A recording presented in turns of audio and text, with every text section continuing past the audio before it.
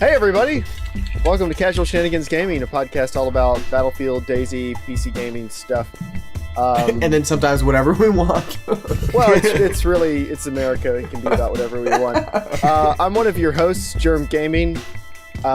We're actually late tonight because of me, so sorry about that. I am joined by my co-host, Chris. Hello. Dave. Hey folks, I am Dave, the not so evil Viking 13. Joel. How do you do, folks? All right. And Steve. Howdy. And It's getting western up in here tonight. we've got a real fun podcast for you guys tonight. But we start every podcast, as always, with the news. First item. Thought you were gonna say a song for a minute. We have never started the podcast with a song. Didn't Joel sing a loot song once? I don't remember. So we have done a loot podcast. We were arguing about that ahead of time. Not arguing, discussing. We have not done a loot intensely. podcast. We have discussed loot a lot of times. Dave in and rabbit Joel want one trails. dedicated to loot. Yeah. Alright, if you guys We want can't do a- it tonight because James You know, can't Dave, not make it everything is tonight. about loot. Not everything is about loot. Get over That's it. where I disagree. To most people, it is. Hey, So, if you guys want to hear a podcast all about looting, and loot, write into the show and tell us. Fight for us.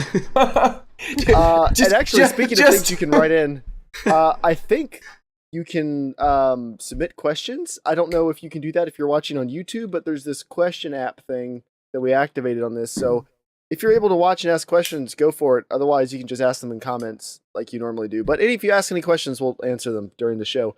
All right, let's get this rolling. Start going. Star Citizen continues to churn out funding.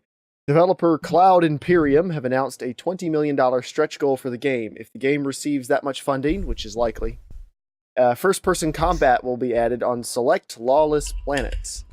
If the game reaches $25 million, each copy of the finished game will come with a digital girlfriend to ride along in your spaceship and tell you how handsome you are. $30 million, and you get fulfillment. That sounds really dirty. Yeah, that sounded terrible. Between the girlfriend avatar and Sorry, I mean fulfillment, like life fulfillment. Like if you fund it for $30 million, you'll be happy forever. should not have followed the girlfriend with that. I'm just No, saying. no. It's just- All right, guys. Sorry about that. How did Joel miss that one, man? Low hanging fruit.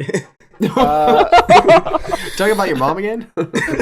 Whoa. Joel, Joel, even you can shoot a little bit higher than that. So, our official boutique PC builder, or PC manufacturer of the show, CyberPower PC, Yeah. have announced yet another gaming computer. Oh no. All right, who wants to take guesses on the name? Let's I get some do. submissions. All right, go for it.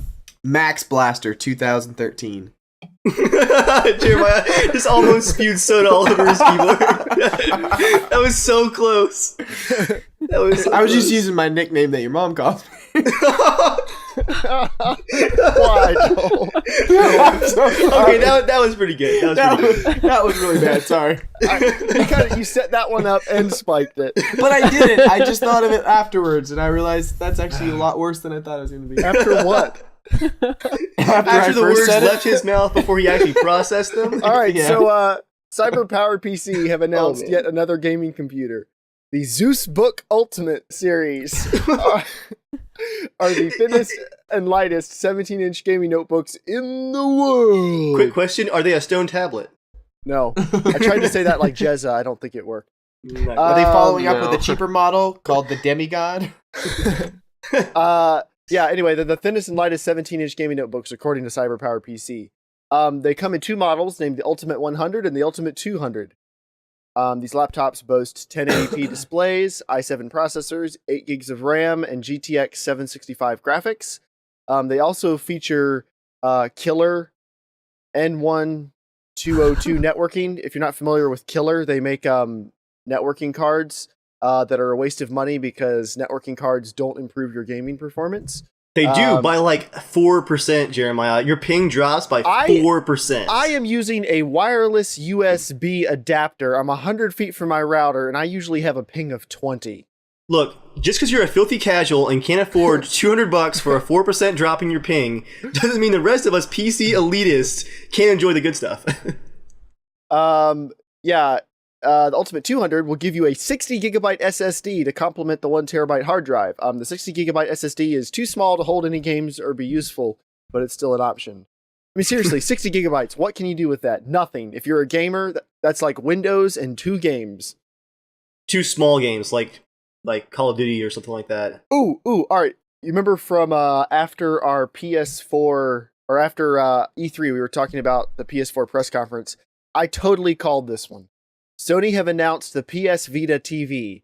It's not actually a TV or a Vita, but the PS Vita TV is about the size of an iPhone, and it plugs into your television of choice. It lets you play Vita games on the big screen using a DualShock 3 controller. I didn't call any of that. But it will eventually let you play PS4 games using remote play after the PS4 comes out. So it's like an Apple TV, but you can stream your PS4 games across your network. It has slots for Vita games and memory cards and costs about $95 in yen.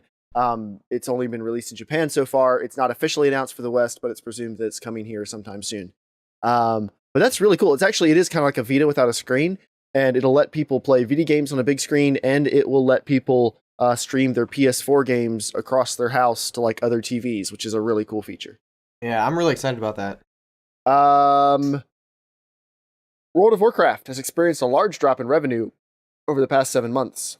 The popular MMO used to bring in upwards of $200 million every month. Jeez. Better than the drug trade.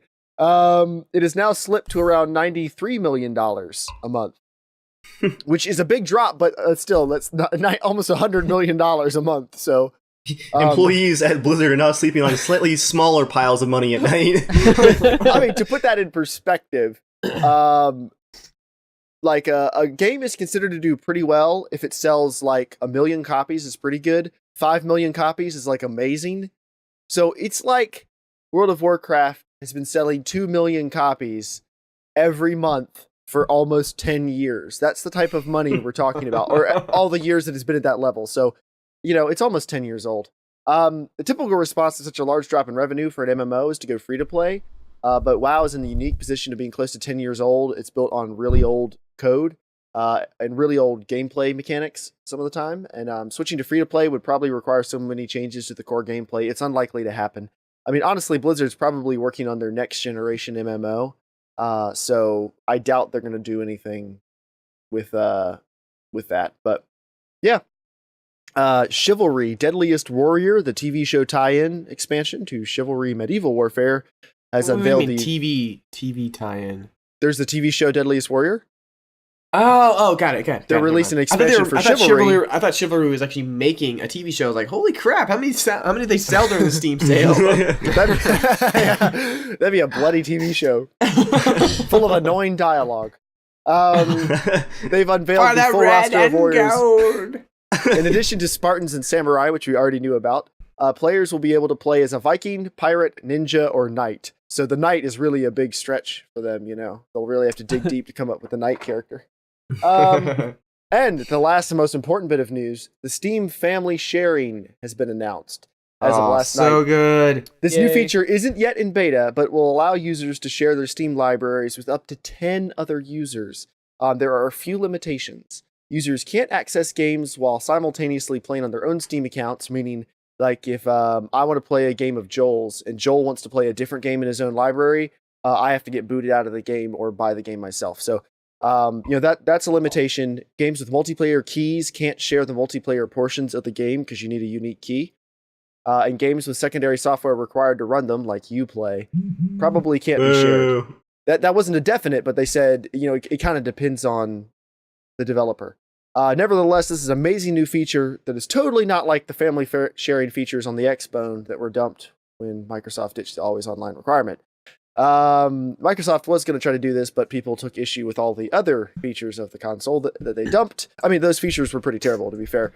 And they dumped those, so they did get rid of this feature, which is pretty cool. But I am super excited about this. I don't know about you. Can we talk about this for a second?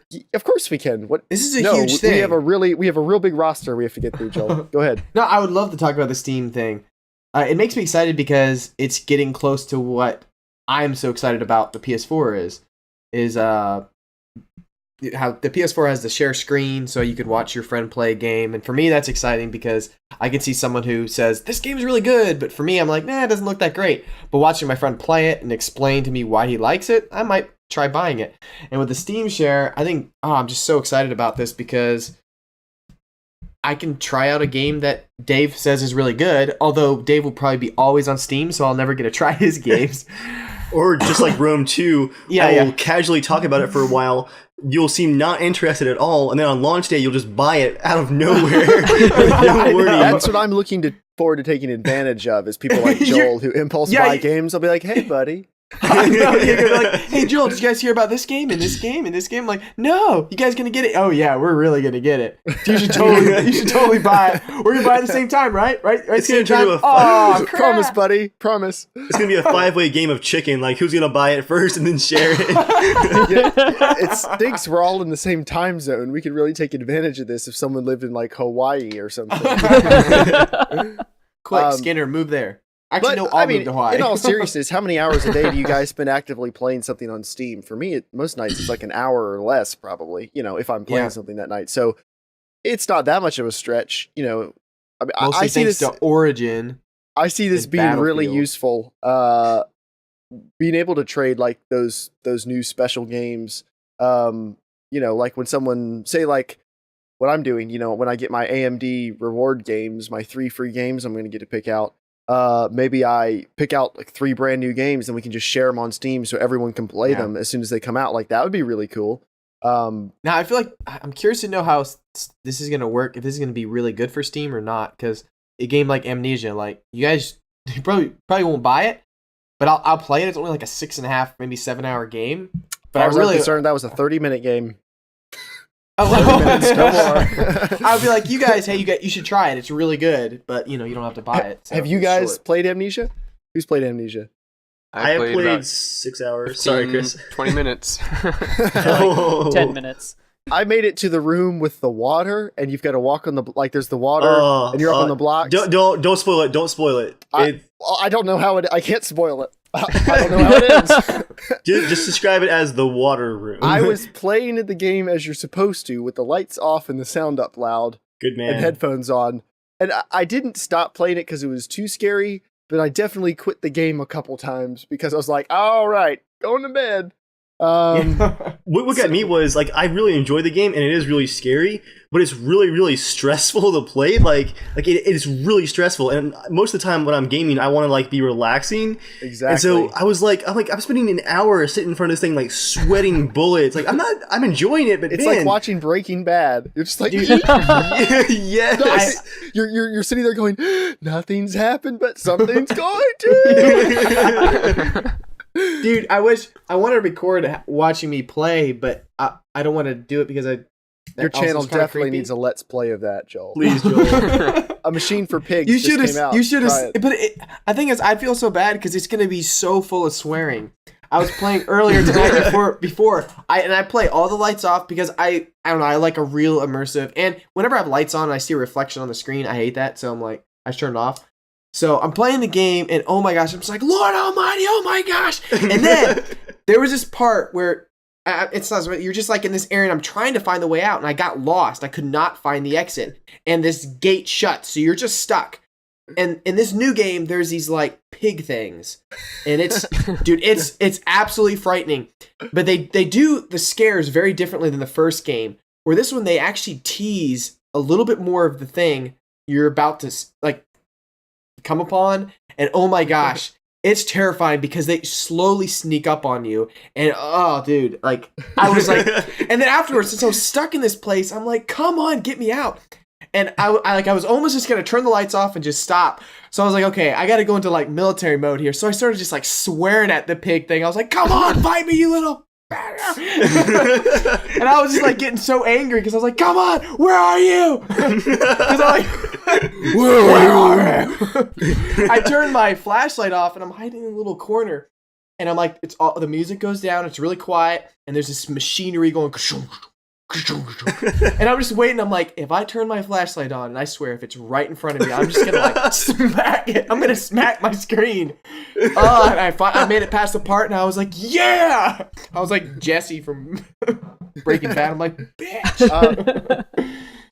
It's great, but you should play. I just want to hear Joel describe his Let's Play now. Like, just describe it. Just think about when that game gets ported to the Oculus Rift. Dude, I told my wife that I was like, as much as it's gonna be scary as crap, I really want that so bad. I'm gonna sit on the toilet while I play. All right, there aren't many games that the Oculus Rift won't make way better if it turns out to be good. Like, it'll pretty much make everything better. If it turns out to be good, that's the big iffy. I'll have some new holes in my wall. But yeah, the Steam family sharing thing. What does some of the rest of you guys think about it? Like, what are your thoughts? I'm excited just as a way to try stuff out. I think that's why they're probably doing it. I'm hoping that the follow-up offer is the option to be able to give games after you're done playing them. That would, or sell them at a discount or something. That would be nice. Yeah, or even, I mean, if they wanted to monetize that again, good for them. But yeah, I mean, I'd just be fine with being able to give stuff away. It's like, hey, I'm done with this. You can play it. I'm not going to play it again, probably. Right. That honestly would be a good idea. Imagine you could sell your game back for, I don't know, $30, right? So let's say if you bought it right away, you know, you get a semi discount if you buy it from a friend, but then, you know, you obviously don't have it, but they make like $5 off of it, or $3, or $2. It's a good deal. I mean, as long as the developer and everybody gets a cut, it's a good deal. Yeah, that's true. It's a good deal only if that was a sale that wouldn't have occurred otherwise. Yeah. Otherwise, it's people like, I beat a game, I sell it to you for $1, you sell it to Dave for $1 when you're done. No, like, but the thing is, you can't name your what? price. Let's say you can't name your price though. Like I think if they had a set price, where like, let's say it comes out at $60, I play it, and you can resell your game after a certain amount of days. Oh, that would be smart. It's not like it's lost any value though. So what is it going to do? Just go for the MSRP, like whatever it's listed as. You can just. Yeah, but like, why not just buy it from the store then, you know, and keep it in your library? It'd have to be at a digital discount, product. I think. Well, yeah, that's true. If it's a digital product, like, I don't know what's the advantage of buying it from a friend. There's nothing that you're selling, technically, that they aren't. Yeah. Unless you're getting it cheaper, but then, I don't know. I doubt that'll ever work. It comes with it'd be friendship. Cool if it could. It'll happen one of these days, I know. I'm actually very, very if you could surprised trade games, that would be cool. That would be nice. awesome. Yeah. Can I trade back SimCity? No. I still can't believe that they got any publishers at all on board with this. Like, that's a pretty huge accomplishment. Yeah. The SimCity But I guess, thing, I mean, console people have had that for a while. We just walk over to each other's houses and borrow games. and you like almost real weren't going to men. get to. You weren't going to get to this generation I know. on the Xbox. That was pretty close. Until you guys hit the internet and complained. Good job, internet. Except, well, no, we would just have what Steam has right now. So actually, no, we would have it. No, except you. The difference is, if you don't like Steam's way of doing it, you can go get games from other places, like Good Old Games, or Origin, or Uplay, or any of the other places that lets you just download your games or buy them as physical copies. The problem with the Xbox was, if you didn't like it, you could just go pound sand. That's the difference. There's actually not that many other companies now that you can buy games from. Because okay, let's say you buy. I mean, Steam's definitely the biggest. Let's say you buy Skyrim from Amazon. You can't play it without Steam. Is Skyrim a Steam-only game? I'm Some pretty sure games it are is. Steam-only. Pretty sure you. You have to think register it online somewhere through something, right? Yep. I don't think it's just like on its own, like Oblivion. No, I mean, you are right, but like, you still have the entire backlog of PC games and all the games that you still. So I mean, you can play get older DRM games. free. So 3 or 4 Yeah. years from now, you can only play old games. I'm It's just better. being It's realistic. better. So I'm like, yeah, you can go. I mean, you can go to Origin. Okay, I can't play Battlefield. The Xbox is was going to be nothing. Like, if you don't like it, tough. But this Yeah, is PC's better that than feature that. though would have been cool to share though. I think that's would've. a cool idea. It'd be nice to have both, but Yeah. you know, I guess it's not going to happen. But soon, it is going to be like trading games physically. That isn't still an awesome option, and it's going to go away from digital pretty soon. I mean, other than the Steam, we'll see if it works out well. It's rumored that SimCity, after your SimCity comment, it's rumored that SimCity is going to be in the next set of games added to the AMD Never Settle bundle, along with Battlefield 4. So I'll be honest, I'm a little bit tempted if they've gotten everything straightened out with SimCity. Like, have you, Joel and Dave, have you played it in the last 4 or 5 months. I haven't played it in forever.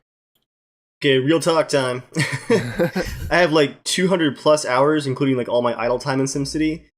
You will get a lot of fun out of the game, but there will be a cliff when you realize that you've hit the point where the gameplay just has no depth left, and you're going to put it down and just never pick it up again. But if that cliff happens at 200 hours, that's not bad. Exactly. If the cliff happens at 20, I'd honestly be happy. If it's a game I'm getting for free. There you go. Yeah, I think it's worth picking up. Just but you're going to get Battlefield 4 for free if you get an AMD card?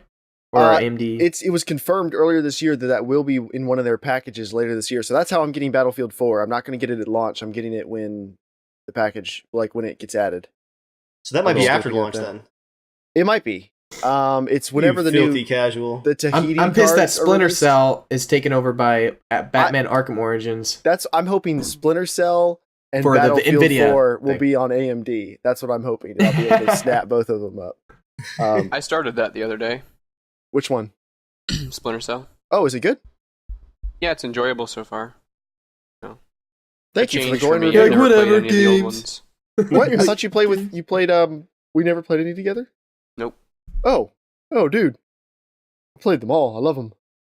Yeah, I'm excited. See if we had I was hoping to Steam get it with my sharing. Nvidia card that Skinner doesn't want me to get, but it sucks that... Okay, Joel, for no, we're not less going to than talk about this. $200, you can get a 7950, which when overclocked, Ask Dave is within spitting distance of a GTX 680. I looked that card. I looked the card up. $200, and they'll give you 3 free games. No, look at this. I looked the card up. And go on Newegg, and if you look at the reviews, all the cons are horrible drivers. Horrible drivers. No, that's... Look it up. I mean, it's just that. I don't know. And as someone who's been using only AMD cards since 2009... Hey, remember, you're the person who wasn't able to get into Battlefield 3 like all the time? Remember? That wasn't a graphics driver That's totally issue. AMD, guys. That's the truth. AMD. Joel has diagnosed Jeremiah's computer over the internet. Joel, people still complain about the AMD drivers, but they've been complaining for years. I honestly, Chris, you had an AMD card for a couple years. Did you have any issues? No. I didn't either. I had a 4890, a 6870, and now a 7950. Well, you guys are PC wizards. I'm not a wizard. I installed the drivers. That's it. I put on my magical wizard hat and waved my wand and went install. And then I overclocked it, and then it just worked. Shh, don't give away our secrets. The only driver issues I've had is my video card came with an extra DVI port, which isn't standard on the base design. So the driver support for that was a little bit wonky at first, but that was a non-standard option. But that got cleared up, and I haven't had any problems with that. But that's like the only issue. Dude, a 7950, get 2 of them, run them in Crossfire. Then you'll have a $400 set of graphics cards, which beats a Titan by like 30%, and you'll get 6 free games. That is a pretty sweet deal. I'm not gonna lie. The one thing I hate about this podcast is that I'm like turning into more of a You're PC. always wrong. No, I'm not sure why I'm even on this podcast. Single tier. I feel like more each day I'm either turning more into a PC goon or just like floating away into my little bubble world. PC with a goon. PS4 and sharing. I don't know. We're like the PC mafia now. So, you guys want to move on and get to an actual topic?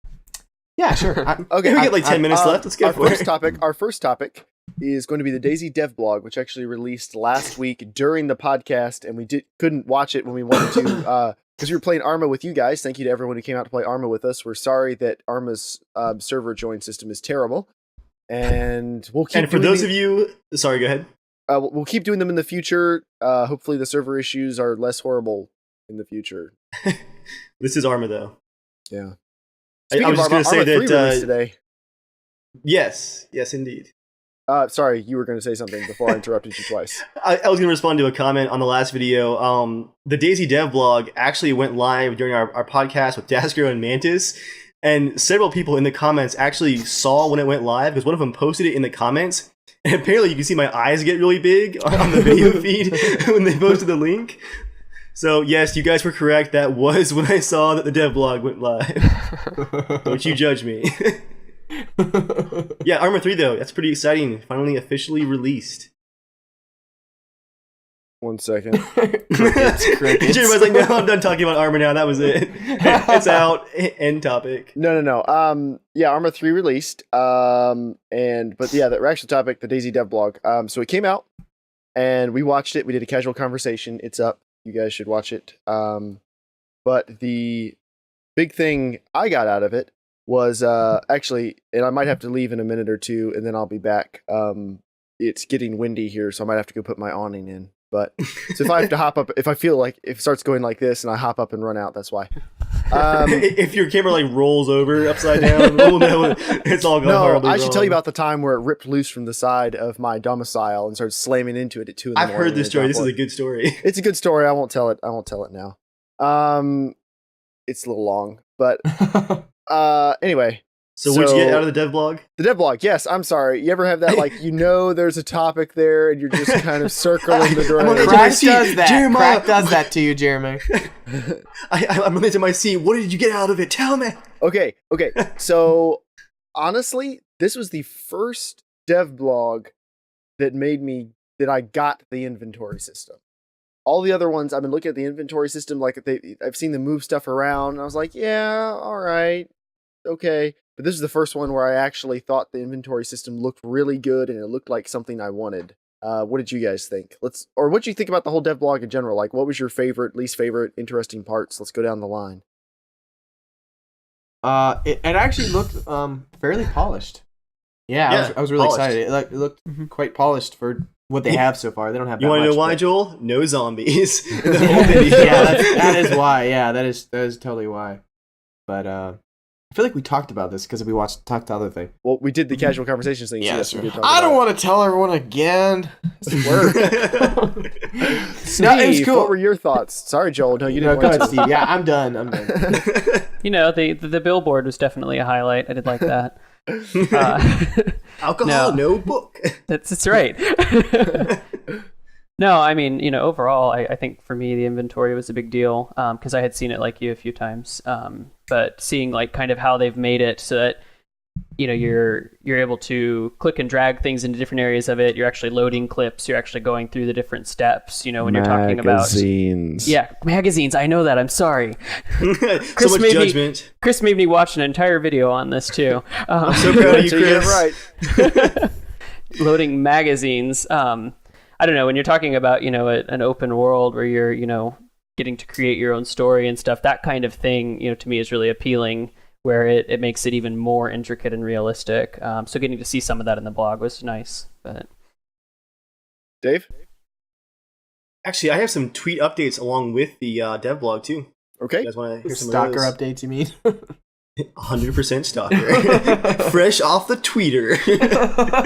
Oh, what is that? Yeah, the devblog, I think polished was the first thing that came to mind, just because with all the new animations, so that they were like smoother in the transitions, seeing the inventory being fully functional, and how they've already added changes from feedback from Gamescom 1 week later for a devblog video, and plus the fact that he actually didn't record this at 3 o'clock in the morning on a Friday just to get it up as quickly as possible. He actually took some time to do the commentary, to make sure his settings were correct. Like, it all was just very, very polished. But as far as stuff going on this week, on the 9th, the entire team moved offices. They have a full office now. And I've heard, and I can't cite this, I lost my source, total members working on the team, both in office and freelancers. Quiet, Jeremiah. There's now about 30 people working on the game. So maybe with Arma 3 winding down, they're also getting some more full-time members. Yeah, maybe Bohemia can be like, just kick over an extra 20 people or so. Okay, this sold 1.8 million copies of Arma 2. Maybe we can give it some more resources. Chris? Also, what? Oh, you weren't done? But the tweeters. I'm sorry. Tell me the tweeters. You sounded like you ended the sentence. Yeah, there's more coming. More stalking. All right. Actually, I was going to mention the network bubble that's being worked on. Actually, the two guys that wrote the original virtual reality engine are the two guys doing the network bubble. So it should be actually really well written. No, that doesn't make me confident at all. The two guys who wrote a horribly optimized engine that calculates stupid things that no one cares about all the time for everyone in the whole map are writing the network bubble. But now they're fixing it. You know what I found out today about the Arma engine? What? The fact that it's really old, it only ever optimizes one core and up to 4 gigs of RAM. Yep. Correct. Yeah. That is correct. That's why I saw such a big performance increase when I went to an Intel. Is the per core performance of Intel is so much greater that it does not matter how multi-core processor is. It just doesn't care. If you think about it though, like, do you really want some new programmer trying to crack the hood open on this thing and like dig in there? I was really just joking around. I mean, they understand the engine really well. I'm sure they understand its weaknesses. I mean, they built a really amazing engine. It breaks a lot because it's trying to do things that are much more ambitious than any other game tries to do. That's why. I mean, that's why it has issues. So no, I think they're probably some of the best people to be working. To skim through the rest of the updates on Twitter, they're already working on the new zombie AI. We probably still won't see it in alpha, but it shouldn't be too long after alpha, which is impressive for like a full redesign of the entire zombie concept. They're already working on that. They had the first code commits for the network bubble, so they're doing some testing for that already. They already have Melee set up, like a new Melee system that's supposed to be not necessarily like Left 4 Dead awesome, but much, much better than what we have in the mod. It's supposed to be a significant improvement. Someone needs to start up an underground boxing ring in DayZ. Bare knuckle boxing. Yes, please. A fight club. The first rule of DayZ Fight Club. You should tell everybody. Yeah. Hey guys, I'm in Trino. Fisticuffs. What else we got here? He also tweeted a picture of a massive baseball bat as one of their first test items. Also confirmed is a machete, which I'm sure Joel cannot wait to plunge into my back the first time I turn my back on him. Instant machete. Other stuff, more Melee tweaks, more survival stuff, which is kind of generic, but I think the survival stuff is my favorite part of DayZ. Like, forget the zombies. I want to survive out in the woods, so I like the sound of survival stuff. You mean camping, not survival. That's what you do, Dave. Without the zombies and without anyone else, you would stay in the woods and just camp by yourself. Actually, that sounds and collect kind of beans awesome. And hoard. You would play a camping simulator, wouldn't you? Yes. Yeah, I probably would. As long as I could loot and like, build fires and explore. Most people don't call it looting; they call it like gathering firewood. But whatever. I will loot my firewood. Do you call it looting when you go to the grocery store? I'm looting the grocery store. I do now. And there's also a quick mention here of some new buildings, including a new tenement building and a police station. So that's the good, man. Maybe we'll find guns in the police station now instead of the firehouse, which always seems like a weird place to be finding assault rifles. Look, when you go to respond to a fire, you gotta fight fire with firearms. You know what would have been cool is if I'm done. That's it. if they had a Kickstarter for this game for DayZ, it'd been cool if you paid like $100 or $300 or $500, whatever. You get to have a house built after you, so it could be like Dave's cabin, and it'd be full stock of like all sorts of weapons in the walls and crap. It's called pay to win, Joel. That's not cool. No. It's not yours. It's it's just a house full of guns. Yeah. That anyone can loot, Jeremiah. Yeah, that anyone can loot. Unlike if you come to my house, you cannot loot my guns. So, are you guys ready for something? No, Chris still has to talk to us about the DayZ DevBlog. Okay. I didn't have a whole lot to say other than it's just nice to see the polish. It feels like they're building a game instead of a mod now, and I fully approve of that. Well, you guys talk about that while I go keep my domicile from blowing over. I'll be back. Is there a way to push a link out to everyone? Drop it in the comments on the video right now. You can't post URLs in the comments on YouTube. Oh yeah, never mind. You can't do that. Oh, you can't. Dang it. Tweet it out. Give it to Dave to tweet out. Yeah. Be right back. Okay. Yeah, Dave, you can see the chat right here, right? Yes, I can. Okay. Well, this is something I talked to Dave a long time ago. That about DayZ is not the only game that's going to come out, and that it's going to have a lot of competition.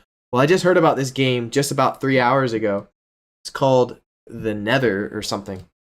I saw it on IGN. It's the only video that's out. You can go to, I forget what the website's called now. It's like the Nether.com. Yeah, playnether.org actually. Playnether.org. .org? What? Yeah. I don't think it's .com. Anyways, take a look at this game, guys. If you guys want to go ahead and click play and you can watch it, I'll just talk through it. Yeah. But it's on the Unreal Engine and it looks really good, but basically it's DayZ. I mean, I have no idea how many people can be in the game, but this is like pre-alpha or something like that. But yeah, it looks really good. It looks pretty cool. Yeah, yeah. I like the city environment. Yeah, when the characters get down to the ground, they're walking around a whole bunch of urban streets and stuff. It looks pretty awesome. So I'm very excited to see what this game comes. But it's still a bit like Last of Us, the game multiplayer, like open world version of it. But it's going to be full survival and everything. Nice. If you read the article, yeah. So this is going to be another DayZ game. So it'll be interesting to see. Definite DayZ janky style player animations right now. Perfect. Yeah. But it looks pretty awesome, and man, it'll be interesting to see. It's gonna run way better than DayZ, I'll tell you that. FPS Looks like they're really limiting the view distance with all their atmospheric effects. That's a lot of fog. Yeah. Actually, I noticed, Chris, that they have kind of the close-up city buildings, right? And it was like 2 blocks away. It was just fog oblivion and then like a painted city background. So it's obviously very early, but I just thought that was kind of funny to see like a massive just oblivion drop off. Yeah, it'll be interesting to see how this game develops, but you know, if DayZ doesn't come out kicking and doing really good off the bat, there's gonna be a lot of teams that are gonna catch up really fast. And you know what, Joel? So Dean didn't just invent DayZ; he really did invent an entirely new genre of games, like multiplayer open world survival games. And what's so cool is like, DayZ doesn't really have to compete. He made it work. That's more of the thing. He made it work because there's been games that kind of do something like that, not the zombie side. I mean, the idea might not have been new, but his concept, his version of the idea, and the fact that he made it work and made people realize that people actually want that, like that was pretty revolutionary. And there's plenty of room, I think, for a whole bunch of other games in this genre. Like they don't all have to be like hardcore DayZ. 18 Diseases survival games. They don't all have to be really crappy ripoffs like the Infestation Survivor stories. But I'm just saying there's going to be a game that's going to rival DayZ in exactly what DayZ is, because there's going to be a company that loves DayZ and they're like, hey, I think we can make a better version of this that's going to be hardcore, if not more hardcore, but just overall way better polished. And so I think we're all going to think games moving. I mean, you know, it's really the next step of multiplayer, this kind of large, persistent world kind of stuff. You see, I mean, that's the direction MMOs are moving. That's the direction shooters are moving. It's going to be a common theme, I think. Yeah, very few people like those tight, contained experiences now. People want everything to be open and dynamic and interactive. It's really it's really just a sandbox evolved. You know, people have been doing it for a while, but it's just not on the level that they want. Yeah, even with GTA 5 Online, like, which looks amazing. I know. It like for me, I go, oh, it's GTA DayZ, because it's like it's not just straight up multiplayer. It's drive vehicles, crash things, you know, go around trying to take money. Is the key. It's persistent. Yeah. So I will disagree on one thing, Joel. I really don't think that we're going to see any games, at least not for a long while, that come close to the just. It's hard to quantify what hardcore means, but to the hardcore level of DayZ, just because I don't see any publishers or even any developers like getting on board with that really, really risky stuff, like punishing the player kind of stuff. I think DayZ is going to be alone in that for a while. I don't know. I'm going to doubt you on that, because they see how profitable it is. So yeah, even like the game like Division, it hasn't been yet. That's the flip side, though. Before. Obviously there was a huge thing. It came from nothing to now a game. Yeah. So I think people have seen that. So and they realize, hey, we could make a big profit on it. I don't know if they know if it will yet, but they know, hey, it's a huge chance. It could go either way. Either everyone's going to be too scared to do it, and DayZ will be the only one who does it for a while, or everyone says, like, look, this got really popular. We all have to try it. It could go either way, but. I don't think people are taking a lot of cues from it, but because of the very isolated way that DayZ grew up as a mod of Arma, as something that's punishing, just because most games don't even do that. I think, you know, one of the closer comparisons of games that are heading this direction would be Star Citizen. You know, it's talking about an open, persistent world. I think the granddaddy of all this is Eve. But yeah. The reason it works, I think, is it's persistent, it's harsh, and it takes that same kind of hardcore commitment as DayZ, even though it's steps beyond. But I bring Star Citizen up because I think that's, you know, taking a similar concept to both, to Eve and DayZ, you know, a hard, persistent world with consequences, but you see a lot of things that are a little bit more mainstream popping up at the same time. And it will be interesting to see if this hits the sweet spot or if it kind of, maybe doesn't quite work as well because there's not as much there. I hope it hits the sweet spot. I want Star Citizen to be good hope it so does bad. too. I hope it does too, but like all the things like ship insurance and all of, there's a lot of systems to make it easier for the player, which is going to kind of be gamed in the end, the same way we gamed tents respawning, gear, which does take away from that, survival, difficult, persistent experience. Because as the player, we were constantly looking for ways to break the persistent aspect, in that even just having a camp makes it so that you can go between lives and string together kind of one narrative. So your new character wakes up with full memory intact of where the tents are. Yeah. Well, to be fair, because the game, it's not just unfair in the sense that reality's unfair. The game was unfair in the sense that it would break and screw you over. So obviously, we don't want that kind of unfair. I'd say 50% of what DayZ hardcore is not necessarily the game being hardcore, but how it was still built. Like, the game is it's slow, it's very janky, the way you have to do everything. The word of the day is janky. Yeah. Because, I'm not really sure why people think it's so hardcore, because, when I play it, you don't have to get beans, every 2 seconds.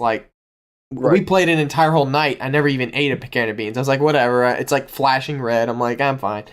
Keep in mind, too, though, that you the private hive experience... keeping your character going, Joel. Yeah, but Joel, the private hive experience that's out there right now is not what the mod originally was.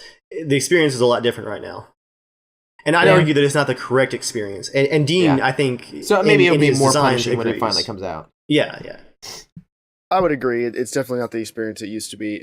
But right now, I'm fine with that because I've played the original experience enough, and since there wasn't really any in-game to it, I'm kind of done with the original experience. So I like seeing the mods that people come up with for DayZ to kind of expand on it while we're waiting for the main game. If the main game is actually really good, then it should be back to that core experience. But we'll see. I agree.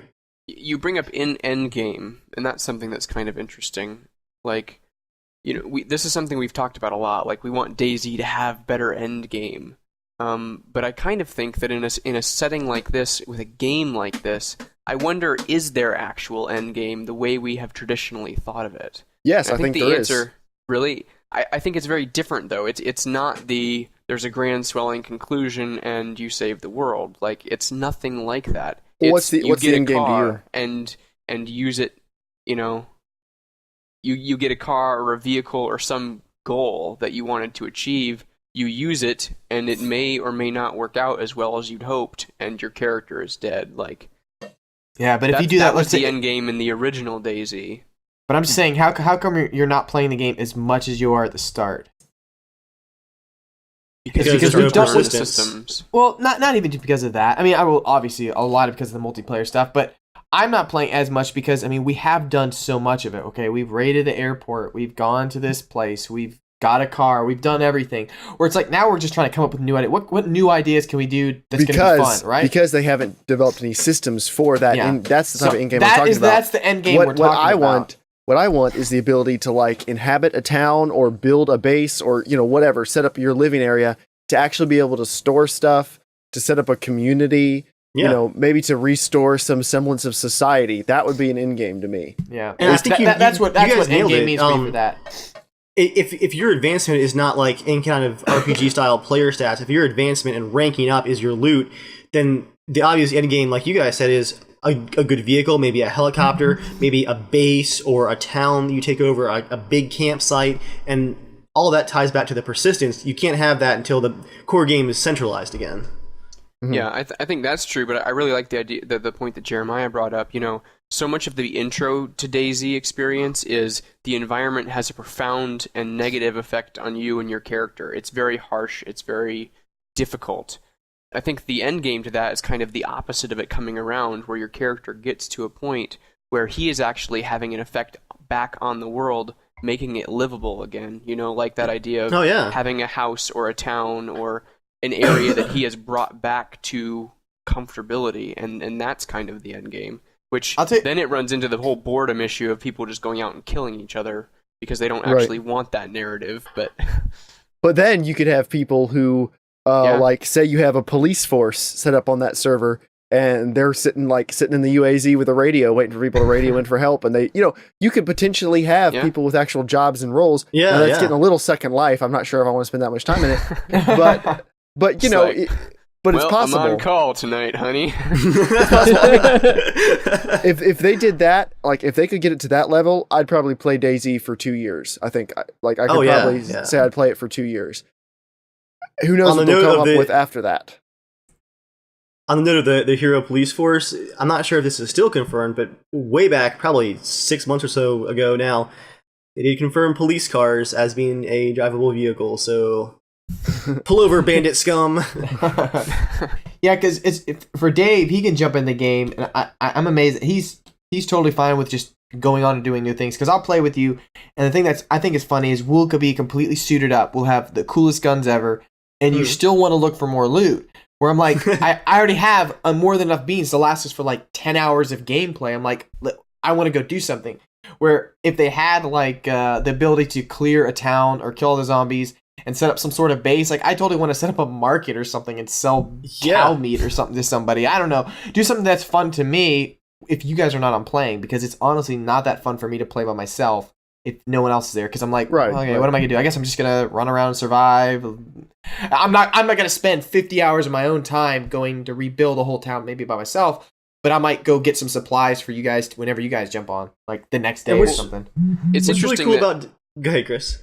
Well, in each of these scenarios that we're talking about, endgame or something like that, or even in the way that we played the initial DayZ, like we're all trying to build up some kind of credit that's going to carry over between lives.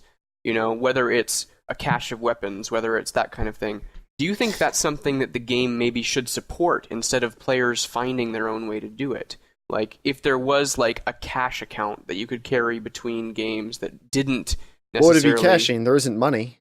There's not a monetary system. Say there could be. I mean, thinking big here.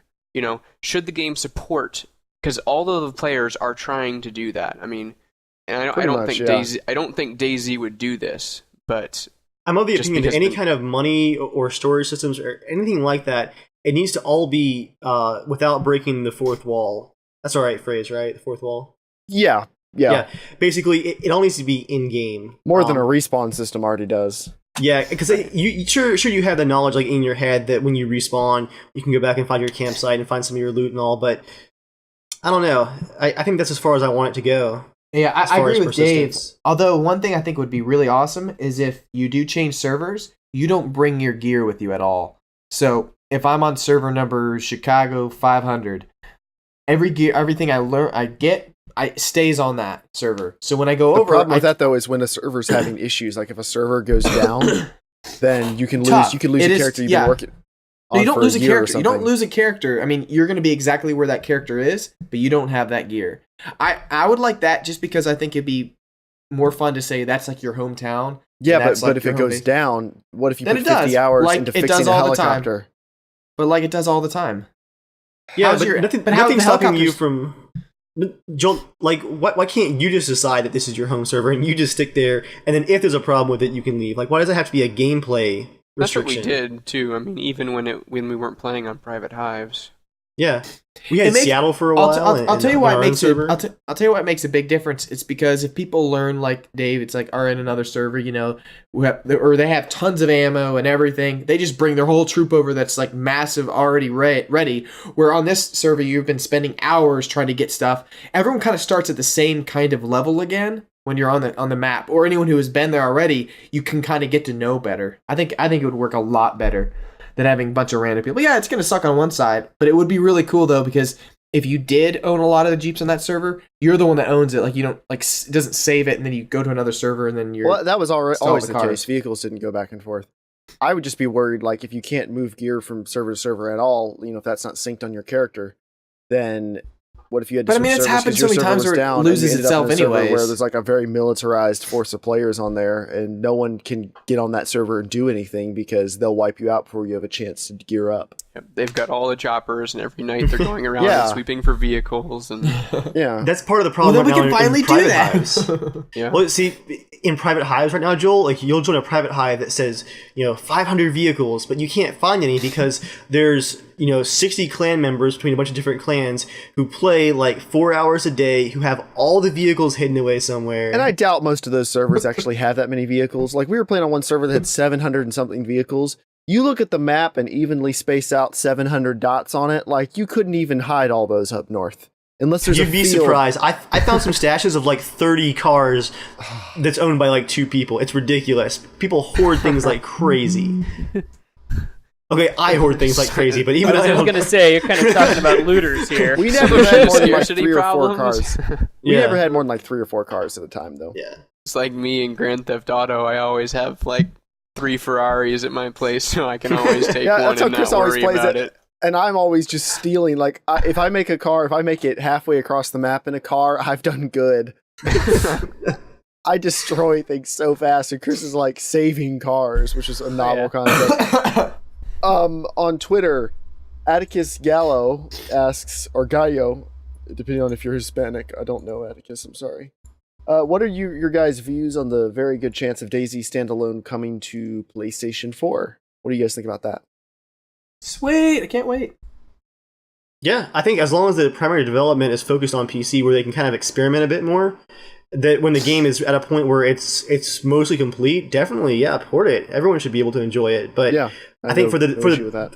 for the development phase, I think it is important that it stays PC only, just because of that environment where they can just go crazy with some weird stuff that you can't do with the console release. Yeah, it will take a little while. And if there is a console release, they're going to miss out on a lot of the great mod support and stuff for DayZ. But Yeah. The core game should still be pretty awesome. yeah, the core game should be pretty good. So What I'm not looking forward to is when it does come out on the PS4, all the PC people will just be really whiny, being like, it's because it's on the PS4, they're slowing it down. Yeah, see, it'd be one thing if it was developed for the PS4. I wish Battlefield's development was primarily PC, and it's not, and I deal with that. But to complain about a port from PC to a console, it's like, really? Why? Like, it's just bitter. Yeah, for no reason I'm excited at to all. play it because I can sit on my couch and be scared alone in the woods by goats on my couch. And rats, apparently, too. 3D slow motion rats. They probably have full AI and shadows and everything. Plague rats. So how awesome did you guys think it was that when in the devblog, you bleed from where you got shot? I thought that was really cool. That kind of worked in the mod, but it didn't work well. It was not consistent at all. That one person was But when bleeding it out of does their work, face. though, it's gonna be awesome. They're like, effects. you know, it's gonna be hilarious when it's really working though, because it's gonna be like, Dave, your anus is bleeding. I think it'll be really cool if you shoot somebody. Like if you hit somebody from 500 meters away, you'll be able to go up and see how well you did. Yes, I think indeed. it needs to not be this like particle water fountain effect, and they need to like change it so it actually like A little clings to the pool. character model. That would be nice. Or Was it it just just like me, or was it- spritz every once in a while. Was it the yeah, exact what's same particle effect as the mod right now? I think it was. It looked, I it looked don't very know. I similar. didn't notice. pretty neat, Something though. that's probably on their change list, but Yeah.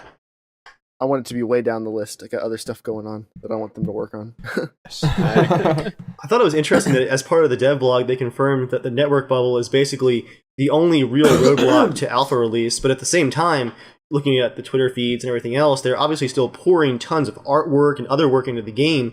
So sure, we're waiting a bit longer, but by the time we get the alpha, the amount of content should be pretty staggering, I think. Can I segue into something that directly relates to this? Sure. One of the comments, or one of my kind of questions or topics I was thinking about doing is, I think it was Chris that actually put this up in the email. Was it Chris or Steve that sent out the different ones? Because he didn't like my looting idea, but that's all right. About player feedback in game development, and I just wanted to say, okay, so like between each of us, like what are the pros and cons?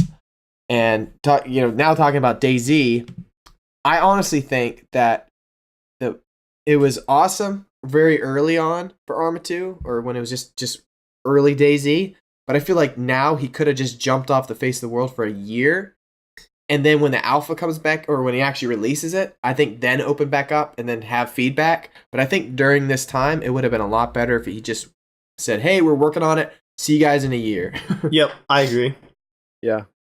Nothing really good has shown, because it's not like anyone is going to be able to go, hey, we haven't seen the game, so we can't really give any feedback. So it's no one can really have constructive feedback. Exactly, because they haven't really played it. So. You know, like some things they're putting out so that you can see they're working on it, just to kind of keep it in the consciousness that it keeps popping up in PC Gamer and in this. Just to say Star work is Citizen's being doing. done. Well, just like screenshots and Star Citizen's going crazy with all this. That's the one I'm most skeptical about, because they're involving the community like in everything. They're involving them, but they don't seem to be bowing to their wishes that much. They seem to be involved in saying, this is what we're doing, but they don't seem to be going, what do you guys think about that? They seem to just be going, this is what we're doing. I think the problem with DayZ is Dean started out as a fan who then got to work on a game he loved and then got to develop a standalone version of a mod he made for it. And I think he was a little too chummy with the community at first, and people started feeling like they had more say in what was going on than they really did. When really, as a consumer, your say extends to you can buy it or you cannot buy it. But, you know, I think people treated him like a god, and he was like, oh, this works great. And then they were like, I don't see any miracles yet. And then it's like, we hate you, you know? Yeah, I think the real pretty problem much how they go most of the time. The main problem that I see with standalone was that there was a big issue of scope, where it started out being a standalone port of the mod. It was scrapped in December, and the whole entire scope of the project changed, whereas everyone's expectations didn't. So, like, internally, they're like, okay, we're starting over again, good things are going to happen, there's tons more work now, like, the whole scope has changed. Meanwhile, the outside internet is like, where's the alpha that was supposed to be out in December? Like, Chris mentioned PC Gamer. If you guys ever see DayZ news posted on PC Gamer right now, don't go to the comment section. It is a wasteland. Just the most uninformed, ignorant rage comments like, I can't believe you're still using the Arma engine. I'm never going to buy this. Like, it's been 8 months and this game's not finished yet. I lost interest months ago, yet here I am raging in the comments. Like, I mean, seriously, it's pretty bad. And I think IGN was the same way. Like, the gameplay footage gets posted. Well, and for that's us, the comment section of IGN. It's like the comment section of YouTube. It's one thing for us, like, we're kind of more informed about the development process and the roadblocks and how the scope of the whole thing has changed. So we can see the advances, but people who aren't familiar with the project are going like, what am I looking at here? This looks terrible. Like, I don't know. He needed to take the approach like when I show a video, like a commercial to a client, if I know, like, I rendered it and I'm getting ready to show it to him and I realize, oh crap, last minute, I not misspelled something, but like some tiny little tweak, right. You know, like that they're never going to notice. He's the kind of person who's like, well, guys, just to let you know, this is a great video, but don't forget that at the end, I made a few mistakes where if he didn't say that, it doesn't matter. Don't let them know. Or don't show that, you know? Like, just, that's why I think I was watching Assassin's Creed 4 game, like behind the DevBlog or whatever it's called. And they were showing off new graphics and stuff on it, just the tech that goes behind the game. And it's so polished, and it's like, they want to show you the best parts of it. They're working on other pieces of it, but for him, it's like, dude, don't show some of the stuff that doesn't work very good.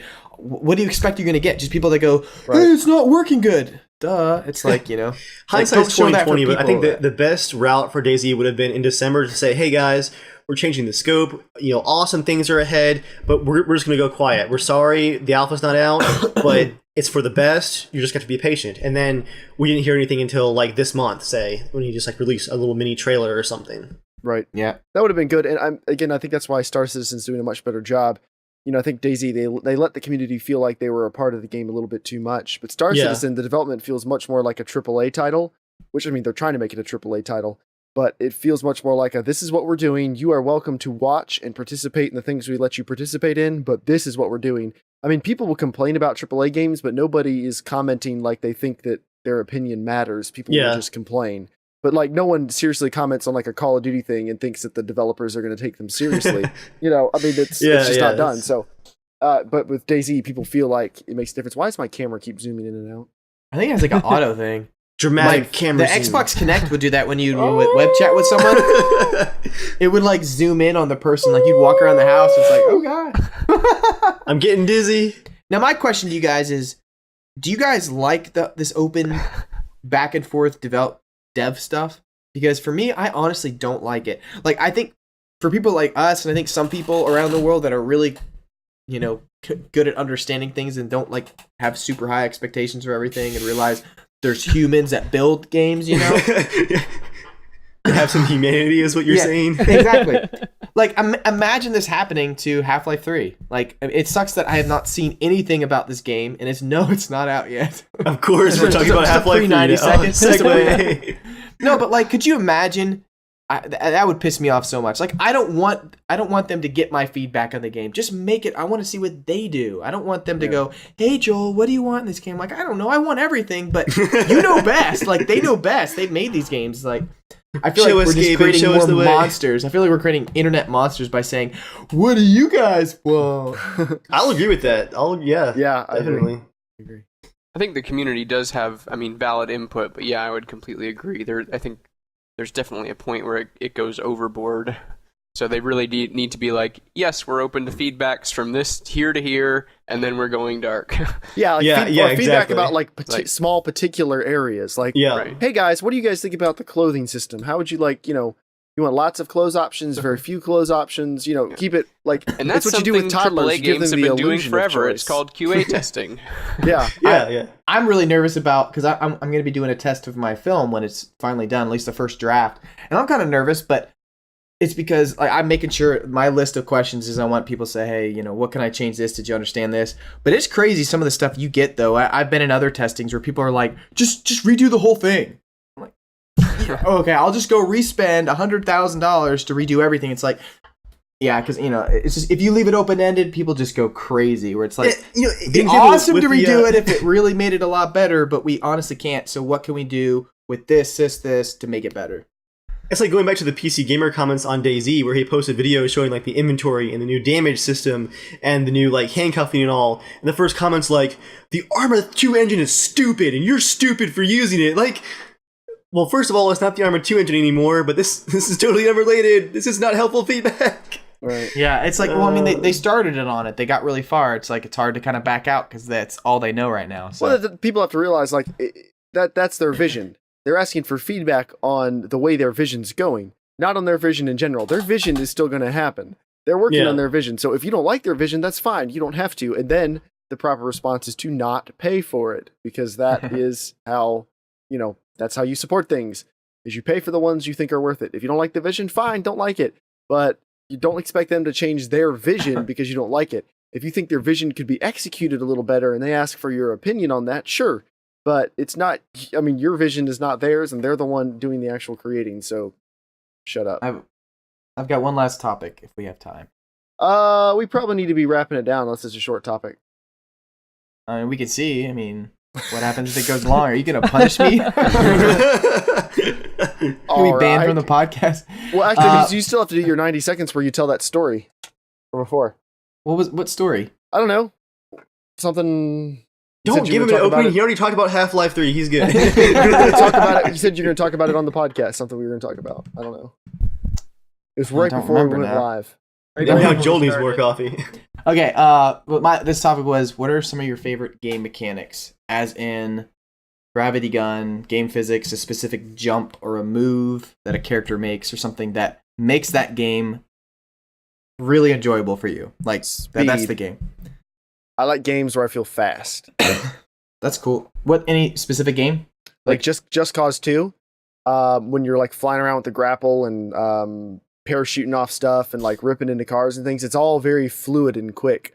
Like if you had the mechanics of, say, Arma, and you're playing Just Cause, scroll, open your parachute, scroll, parachute, aim, or suck yourself into a car, scroll to hijack, and then start driving. And this is just like one button that goes scroll to hijack, jumps into it and goes. What was the game? Prototype. Prototype was really fun because you're like, hey, just run down the street, jump 100 feet in the air, come down, create a tidal, like a shockwave, kill 30 people, eat 2 of them, jump in the air, cut someone in half, and run over to the next building in like 3 seconds. Sounds kind of awesome. I've never played it. It is. It's pretty shallow. It is if you want to feel like a superhero, because it's totally not balanced. A really bad... Yes, it's not a very good game, but it makes you feel very powerful. What about you, Chris? What's your favorite game mechanic? I like Jeremiah's answer, so I'm going to pick something kind of in the same vein, and I'm going to go skiing from Tribes Ascend. Tribes Ascend, the failed game. It's so good though. and by skiing, do you mean like that really fast running thing? Kind of like It's glitch? not running, but it's basically making your character Like almost kind of slide. frictionless, Yeah. so you can be moving at like 200 kilometers an hour across a map, chasing That- somebody and shooting at them at the same time. It's beautiful. I played a little bit of that in like a Half-Life mod once. Is Tribes? What is Tribes from? Well, the original Tribes was in like the early 2000s or something, late 90s. When was the original? I haven't heard Tribes? about it. I never much played about it though. But that's cool. I've done something like that before, and it was pretty awesome. It's like crazy. Like everyone's like flying around, like doing Yeah. loops and stuff. I'm like, what the heck? They're just like, but you see, they're in Half-Life. Their legs are like. Which I always like that about like Unreal Tournament too, when you turn on like quad jump and low gravity, because it's Yeah. like you're flying, and like it reminds me of Descent, where instead of just being like, you know, a 2-directional movement plane, you kind of add the third in there, and it just gets like so much more frantic. You, my friend, I think you're gonna need to get Titanfall. That Yep. game's looking really awesome. It looks good. Yeah. Yep, same kind of thing. What about you, Dave?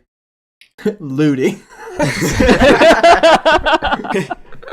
And the developer invented looting, and it was good. Actually, I'm gonna say, and the first example I can think of is Bad Company 2. First time I got really into a multiplayer shooter that used a ballistic base instead of a hit scan based weapon system, where you had like realistic recoil based off the animation of the firearm, as well as bullet drop. Like, it just totally changed the feel of the game. Like sniping and even machine guns, like everything just felt like real and more skill based. Well, I guess that kind of takes away from the skill based of hit scan shooters, where it like literally is all about your skill. It adds some of the random factor, but I like the random factor, so that's me. I think that was one of the first times in games, like I remember shooting guns and being like, oh my goodness, it just feels so good and different and physical. Yeah, it was. I thought it was really interesting and kind of weird. I think the first time I played Bad Company 2, I think that was when I met Dave. He was playing that like every day. So I was like, I'll try I this always out. have a I was Battlefield like, game yay, installed. my computer can't run it. But yeah, that was cool. What about you, Steve? But when Chris and I first talked about these topics, I don't know if this really counts as a game mechanic, verbiage I've never used, but kind of the games that first really drew me in as a teenager were kind of the Age of Empire type ones, the resource management. Yeah. Civilization is really, the game that I loved and played all the time, because it wasn't just about gathering up a big army and going in and killing everyone, but there's also that fine balance you had to maintain of keeping everybody happy in your cities, of managing taxes and production and what's going on in all of these different places. And Endless Space is a lot like that too, and I've liked that game a lot. But there's just so much more intricacy and complication to the game than your typical staters or whatever else you're playing. Even those are all fun, but that's kind of the mechanic I've always really enjoyed. Resource management. I think it's a hard choice, but I think I'm gonna have to go with Fallout 3, the slow-mo when you get a shoot. Mm-hmm. Bats. Oh man, especially the first couple times doing that was so cool. Because I saw The Matrix late, because I wasn't able to watch that kind of movie. Late bloomer. Yeah, I was a late bloomer. Went with my mom. No, I love that. Just like slowing down, and because it was the best. Because I'm always such a douche with it too. Because like I'd always walk up as close as possible to get the best, highest chance, like really close, and the gun would somehow like kind of like go up into their face, and it'd just be like, bruh. I would just only have like a 60% chance of hitting them. Yeah.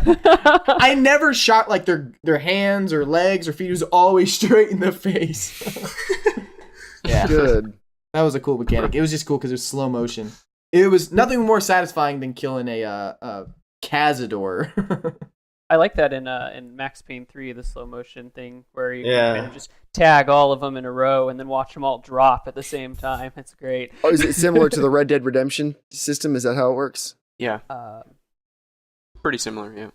Okay. That combined with the awesome particle effects in that game, that was pretty sweet. I still need to play that. They need to release the Steam sharing thing so I can just borrow it from you guys. I beat that one actually. I was rather impressed. Like it wasn't anything amazing, but it was quite enjoyable. Yeah. Yeah. Let's put the biggest. Really solid, and like a story that didn't leave me bored. Yeah. Yeah, I'm almost done with it. It's been great. That's the biggest thing that's put a slowdown on my beating or playing all the games in my library before I buy any more is Sleeping Dogs. for the same reason. It's got like the really awesome combat, the slow motion, the really cool story and stuff. So everything else has been on hold for like 3 weeks while I play that. But it's good. I really need to try that. I need to It's a download really the good demo. game. There's so much DLC. There's $50 of DLC. There's like 20 DLC packs. Yeah, Most of them are that's a $3 bit or $4 much. a piece. I don't think I'm gonna play all those, but the game's That's really Are there still not as much as Battlefield I don't know. 4. It's like Be Jackie Chan mod. All right, as we wind down this evening, you can follow us all on the normal places: JERMgaming, Evil Viking 13, Evil Viking on Twitter, Casual Shenanigans on Twitter, or right into the show, Casual Shenanigans at gmail.com. You can follow Joel at Boundless MP. Chris and Steve don't like to be followed. Good advice. Chris, you don't have a Twitter, do you? No. It doesn't really matter. I don't use mine much. I was just curious. It occurred to me like you might have a Twitter I didn't know about. But No. I actually do, but I don't ever check it. oh, well then I'm not gonna follow you. So there. Anyway, guys, thank you guys for watching this evening. Thank you to everyone who came out and watched. Thank you to everyone who listens later. As always, send us your questions, comments, things like that. And next week, the podcast might be a little bit different because some of us are going to be away on vacation. So we're going to try to do it remotely. If that doesn't work out, it might just be like me, Chris, and Steve talking about something totally off topic. So Hey, last shout out, Harry Potter. There's a new movie coming out. Did you hear about it? I heard about this today. What's that all about? About making a movie based off of the book Fantastic Beasts and Where to Find Them. One of the books the characters read at their school. And it's going to be about the author who wrote it. all right, guys. Now Well, it's thank you for magical Indiana Jones. 1920s New York. 1920s New York. I don't want to watch magical Indiana Jones. Yeah, that's not the best way to sell it for me there, Joel. Yeah. Screw you guys. I'm going alone. And on that bombshell, it's time to end. See you guys. See you Good guys. night. Yeah. Bye. Bon voyage.